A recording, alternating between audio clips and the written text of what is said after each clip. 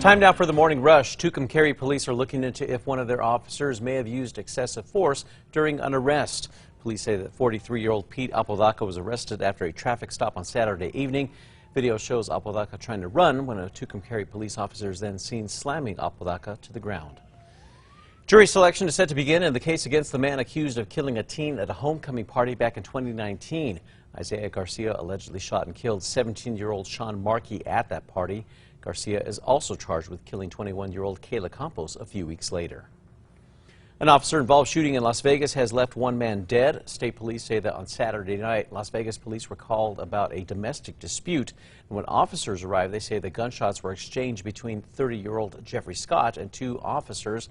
Police say that Scott fled the scene and was later found dead from an apparent gunshot wound. Erica.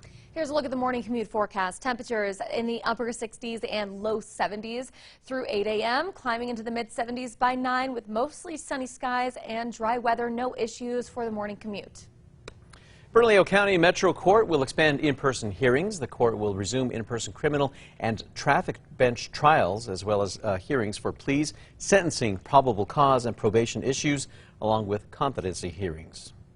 Well, the Santa Fe Plaza Concert Series returns with free weekly events. The Chill House Band with Hillary Smith and the Ron Crowder Band will play starting tonight at 6. Now, guests can bring chairs, and the concerts are alcohol-free. Federal health officials have ordered a temporary exemption of unaccompanied migrant children from a ban on migrants seeking asylum at the U.S. border.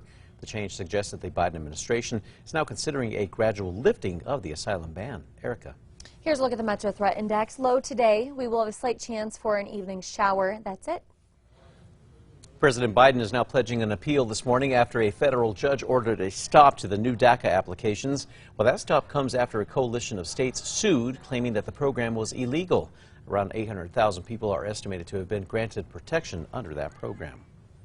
The number of new coronavirus infections is now rising in all 50 states. Health experts say that the vast majority of new case and hospitalizations involve people who are not vaccinated.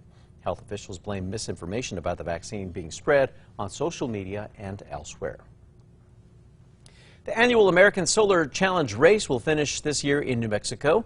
Beginning on August 3rd, collegiate teams will compete in over a 1,000-mile course starting in Independence, Missouri. They're going to then follow the Santa Fe Trail all the way back to Las Vegas before making a final loop to Santa Fe and back. Erica. All right, let's get a look at the morning drive. Here's a look at the maps. No accidents or slowdowns as of now. We're seeing all green. And here's a look over the Big I. Bright and sunny start to the day. More cars are definitely getting out on the roads now, but no issues for the morning commute. A local group is now hoping that its work will make downtown Albuquerque's alleyways safer. Paint for Peace 505 cleaned the downtown alleys this weekend. It's ahead of their next big project, cleaning, or rather creating art on those walls.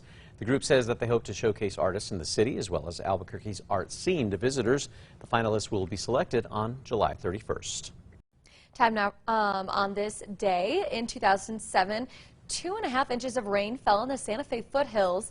Runoff ended up filling the arroyos and flooding 3 nearby homes. And one of those houses ended up having a foot of water in it. So for sure, lots of damage to deal with. Time now for the 5 facts. At number 5, after a 1.5 years of being closed, walking tours are coming back to Old Town in Albuquerque. You can now explore historic Old Town on foot with a tour guide who will provide insight into the people and places that helped shape the early community.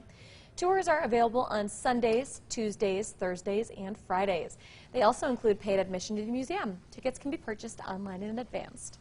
At number 4, a local group is now hoping that its work will make downtown Albuquerque's alleyways safer. Paint for Peace 505, they cleaned the downtown alleys this weekend ahead of their next big project, which is creating art on those walls. The group says that they hope to showcase artists here in the city as well as Albuquerque's art scene to visitors. About 85 artists have already provided submissions. The finalists will be selected on July 31st. And at number 3, the monsoon meter is low today, which is a bit of a change up from yesterday. We'll be seeing isolated storms possible around the mountains in southern and western New Mexico, a little bit drier up to the northeast highlands and east plains. We'll even stay fairly dry across the middle Rio Grande Valley with only a slight chance for an isolated shower or storm this evening. And number 2, jury selection is set to begin today in the case against the man accused of killing a teen at a homecoming party back in 2019. Isaiah Garcia allegedly shot and killed 17-year-old Sean Markey, but investigators say that Markey was not the intended target. They say that Garcia was going after another teen at that party who is believed to have beaten up Garcia's friend. Garcia is also charged with killing 21-year-old Kayla Campos a few weeks later.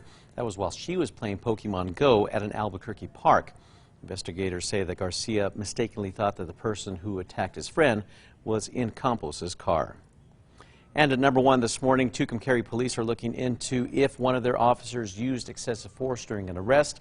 As you can see right there, some may consider that video to be pretty graphic. Now, police say that 43-year-old Pete Apodaca was arrested after a traffic stop on Saturday evening. Bystanders were filming that arrest, and Apodaca is seen trying to make a run for it. But that's when he is stopped by a TUCUMCARI police officer, who is then seen slamming Apodaca to the ground. Apodaca has a long criminal history, including convictions for DWI, breaking and entering, aggravated battery, and criminal damage to property.